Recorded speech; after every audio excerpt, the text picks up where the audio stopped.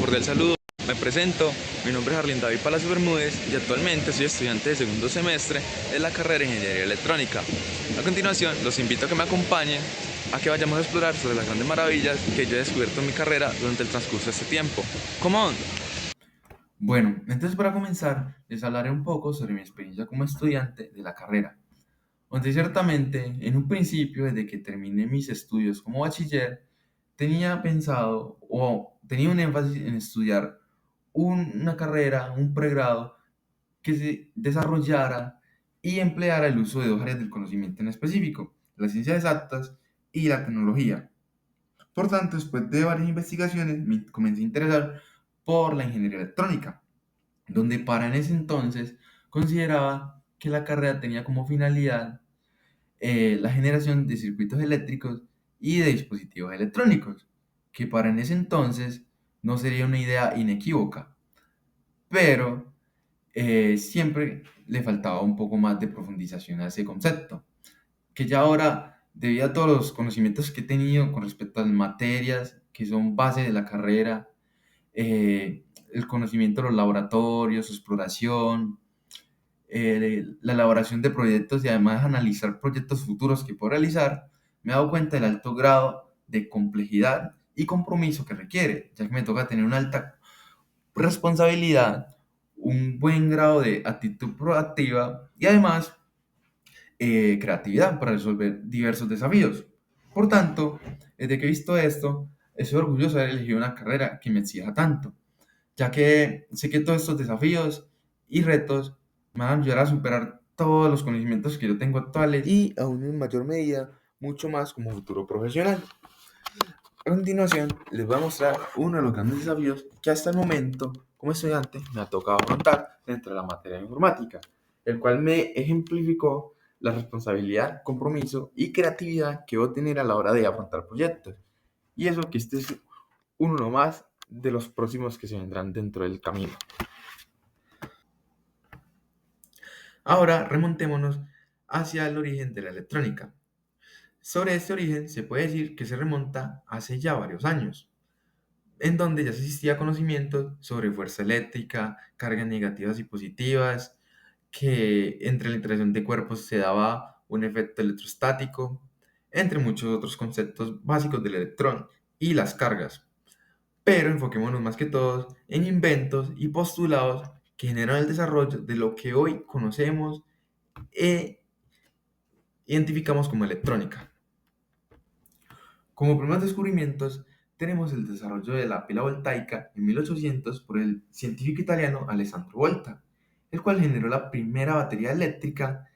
mediante la cual en esa estructura, que era una pila, se incorporaban varios discos de zinc y de cobre intercalados secuencialmente y entonces entre ellos había una lámina de cartón impregnada de salmuera, lo cual permitía un flujo de corriente mediante toda la estructura, pero que además este flujo era conservado. Por tanto, eso generaba un suministro continuo de electricidad. Y además tenemos otro descubrimiento que es en 1820 el electromagnetismo, pero más precisamente viene a ser los fenómenos sobre campo eléctrico y campo magnético, que es que cuando tengamos una corriente eléctrica dentro de un circuito, este flujo de la corriente eléctrica siempre va a generar un campo eléctrico y a su vez un campo magnético. Entonces, por tanto, se definía que cuando teníamos una partícula cargada positivamente dentro de un campo eléctrico, este iba a seguir en sentido del campo, pero si era una partícula negativa, este iba en sentido opuesto. Ya luego, después de estos descubrimientos, tenemos en 1825 la creación del electroimán, el cual es un dispositivo construido totalmente de un flujo de corriente eléctrica en el cual enrollamos un cable de cobre sobre un cilindro metálico y luego estará conectado a una batería. Luego al darse el flujo de corriente y al el campo eléctrico cambiar constantemente de dirección, esto genera un campo magnético que atraía metales hacia sí. Por tanto, este experimento nos permitió establecer una relación entre el campo eléctrico y el magnético. Ya luego, después de esto, en 1827, tenemos la ley de Ohm, que fue la primera ley que establecía como un tipo de relación entre la intensidad, la resistencia y la corriente en los distintos circuitos eléctricos que existían hasta el momento. En 1861 ya tenemos la ley de inducción por Faraday, en el cual se establece que un flujo de campo magnético variable genera un flujo de corriente eléctrica, y a su vez esto también genera un campo eléctrico. Y ya luego esta propiedad es instaurada en las ecuaciones de Maxwell en 1875, en el cual entre varios científicos reconocidos, como obviamente Maxwell, eh, Faraday, Ampere, entre muchos otros, se establecen las 6 propiedades físicas en unas ecuaciones que están ligadas a la electricidad. Ya bueno, luego tenemos en 1895 los postulados sobre el átomo, en el cual identificamos cuál es la estructura mínima más pequeña que podemos encontrar en nuestra realidad, donde primeramente Dalton postula que es el átomo, que no tenía ninguna división, pero con Thomson, a través del experimento de rayos catódicos, se bombardea el átomo con partículas alfa que son cargadas positivamente y se da cuenta que muchas, al pasar muy cerca al centro del átomo, son desviadas de su trayectoria. Por tanto, se da el descubrimiento del protón, el electrón y el neutrón, que ya luego Rutherford y Niels Bohr se encargan de establecer un modelo atómico de cómo es la composición interna del átomo, en el cual Rutherford establece un sistema planetario, el cual falla debido a que no explica la conservación de energía del electrón con el constante movimiento. Y además, tenemos a Niels Bohr, que este sí produce un modelo mucho más aproximado hacia cómo es realmente y nos permite explicar a través de los niveles de energía el fenómeno de las ondas de dualidad, de si es una onda, partícula y la intensidad de onda que puede generar a través de los fotones. Ya ahora nos adentramos a la parte más importante del mundo de la electrónica, las generaciones del siglo XX, empezando por los tubos de vacío. El primer tubo de vacío oficial se generó en 1904 con la válvula de Fleming, en la cual este funcionaba dejando pasar el flujo de corriente en un solo sentido, una sola dirección, en el cual mediante calentamiento termodiónico el ánodo perdía electrones y dejaba que pasara hacia el cátodo, y por tanto se daba un flujo con normalidad de la corriente. Eso sí, en esa dirección. Si era en dirección opuesta no se generaba. Pero esta válvula tenía diferentes problemas con el ruido debido a que como funcionaba mediante calentamiento, era muy lento y enseguida no podía emitir señales a muy alta frecuencia. Ahora tenemos el diodo convencional, que funciona prácticamente igual, solo que no por calentamiento. Pero este también tenía problemas con el ruido, ya que internamente producía también sus sonidos metálicos y eléctricos, y por tanto se perdía toda la información que era contenida en el flujo de corriente. Ya luego, para la solución de esto, se genera en 1906 el tríodo de Lie de Forest, que funciona de forma similar, solo que entre el ánodo y el cátodo encontramos lo que es una rejilla, pero en esa rejilla se encarga de generar una amplificación de señal mediante los conocimientos del campo eléctrico, lo cual al pasar por esta rejilla, una señal se genera un campo eléctrico en el cual, dependiendo la carga que traiga el flujo de corriente, esto se verá si se aumenta la señal o si es disminuida. Pero el único problema que tenía este triodo es el hecho de que para su producción se generan unos muy altos costos. Ya luego de esta etapa, venimos hacia la generación de los semiconductores,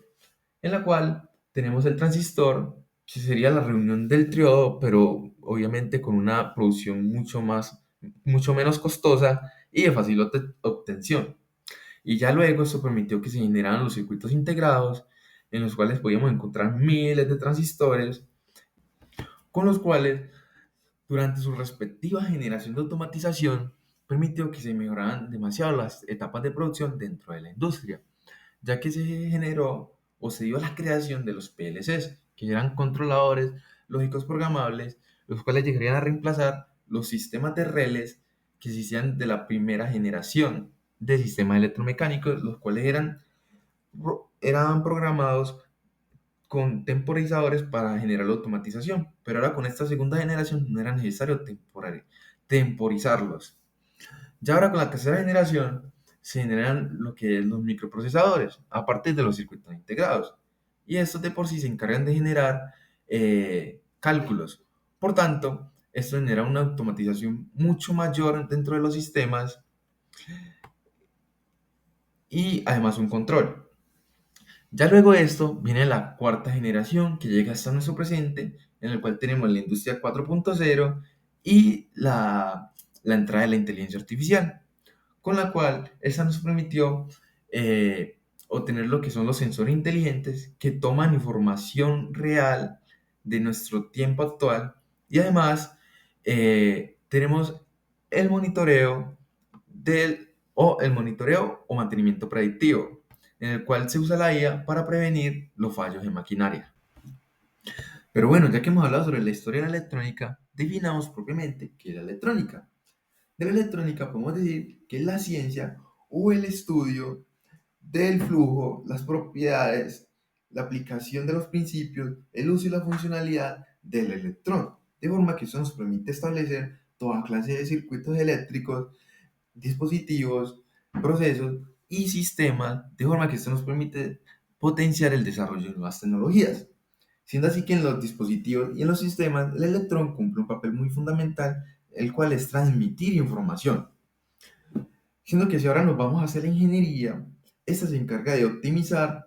y además generar diseños eficientes con este flujo de electrones, pero obviamente encaminándolo sobre respectivos fines.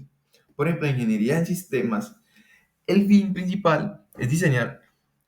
mejores estructuras de datos con las cuales de la información que lleva el electrón, manejarla y establecer un software óptimo en el cual se pueden establecer diferentes soluciones. Con la ingeniería eléctrica podemos decir que este flujo se trabaja de forma que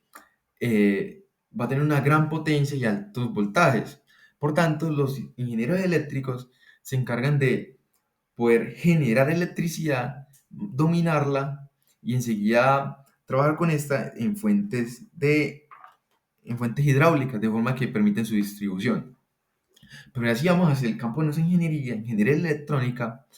eh, Nosotros nos encargamos más que todo del diseño de circuitos eléctricos en el cual se dé una buena integración del hardware para que luego esto lo podamos implementar de forma que apliquemos sistemas de control, automatización y además enfocados hacia el mundo de las telecomunicaciones. Ahora para finalizar, hablemos sobre uno de los inventos que ha marcado gran tendencia ahora últimamente en nuestra actualidad, el cual es la conexión por vía Bluetooth. Esta conexión por vía Bluetooth fue generada en 1994 por la empresa Ericsson en conjunto con otras empresas del momento como Nokia, Sony, IBM, entre otras, que conformaron el grupo de interés especial por el Bluetooth, con el cual buscaban generar una nueva tecnología que permitiera la transferencia de datos de forma inalámbrica y esta se diera de una forma de fácil implementación, bajo costo y también para reducir el gasto de la energía. De forma que para poder promover todo esto se utilizaron dos mecanismos fundamentales, en el cual tenemos la banda ISM, la cual es la banda reservada internacional de radiofrecuencia especializada para proyectos industriales, científicos y médicos, pero que bueno, el Bluetooth se supone que es un medio de telecomunicación, pero como se trabaja de una forma que va a reducir gastos y además el consumo, por eso trabaja sobre esta banda, ya que esta banda es de licencia libre, o sea que es gratuita. Y además de esto, el Bluetooth también ofrece una garantía de seguridad. Por tanto, trabaja sobre la red inalámbrica WPAN, las cuales permiten que se establezcan conexiones seguras sin ver la dirección del otro dispositivo. Y ya obviamente, bueno, esta conexión Bluetooth se va dependiendo un rango de distancia entre los dispositivos que varía según el dispositivo y el modelo del Bluetooth que tenga. Por ejemplo, existen dispositivos clase 1 que tienen una potencia de 100 miliwatts, por tanto, pueden transmitir información a través de 100 metros, entre otros que transmiten una dimensión de menos distancia.